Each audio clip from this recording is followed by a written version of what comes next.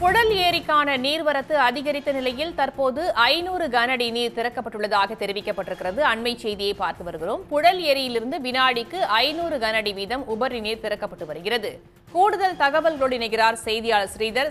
தற்போது 500 கனஅடி நீர் திறக்கப்பட்ட நிலையில் புழல் ஏரியை சுற்றியுள்ள கரையோர பகுதி மக்களுக்கு என்ன மாதிரியான எச்சரிக்கை விடுக்கப்பட்டிருக்கு பொதுப்பணித்துறை சார்பாக?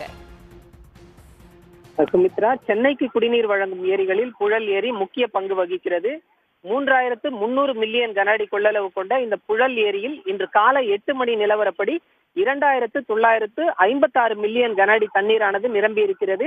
21.2 அடி உயரம் கொண்ட இந்த புழல் ஏரியில் 19.72 அடி உயரத்திற்கு தண்ணீர் நிரம்பி இருக்கிறது. ஏரியை பொறுத்தவரை ஒட்டுமொத்தமாக 89.57% நிரம்பி இருக்கிறது. ஏரி வேகமாக நிரம்பி வருவதால் பாதுகாப்பு கருதி இன்று காலை ஏரியிலிருந்து வினாடிக்கு 500 கனஅடி வீதம் உபரி நீரானது தற்போது வெளியேற்றப்பட்டிருக்கிறது. ஏரியில் இருக்கக்கூடிய 2 ஷட்டர்கள் வழியாகவும் இந்த உபரி நீரை நீர்வளத்துறை அதிகாரிகள் திறந்திருக்கிறார்கள். இந்த ஏரியிலிருந்து வெளியேறக்கூடிய உபரி நீரானது எண்ணூர் கடலில் சென்று சேர இருக்கிறது. நாரவாரிக்குப்பம், வடகரை, கிராண்ட் லைன், சாமியார் மடம், தண்டல் கழனி, பாபா நகர், வடபெரும்பாக்கம், வடகரை, மணலி, கொசப்பூர் உள்ளிட்ட 10க்கும் மேற்பட்ட கிராமங்களின் வழியாக இந்த உபரி நீர் கால்வாய் செல்கிறது. உபரி நீர் கால்வாய் ஓரங்களில் வசிக்கக்கூடிய மக்கள் பாதுகாப்பாக இருக்க வேண்டும் என முதல் கட்ட வெள்ள அபாய எச்சரிக்கையை திருவள்ளூர் மாவட்ட ஆட்சியர் பிரபு சங்கர் வெளியிட்டிருந்தார்.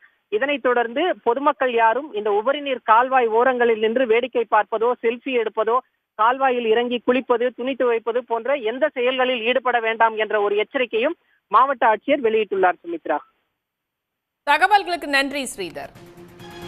உடனுக்குடன் செய்திகளை தெரிந்து கொள்ள சன் நியூஸ் பெல் ஐகானை கிளிக் பண்ணுங்க.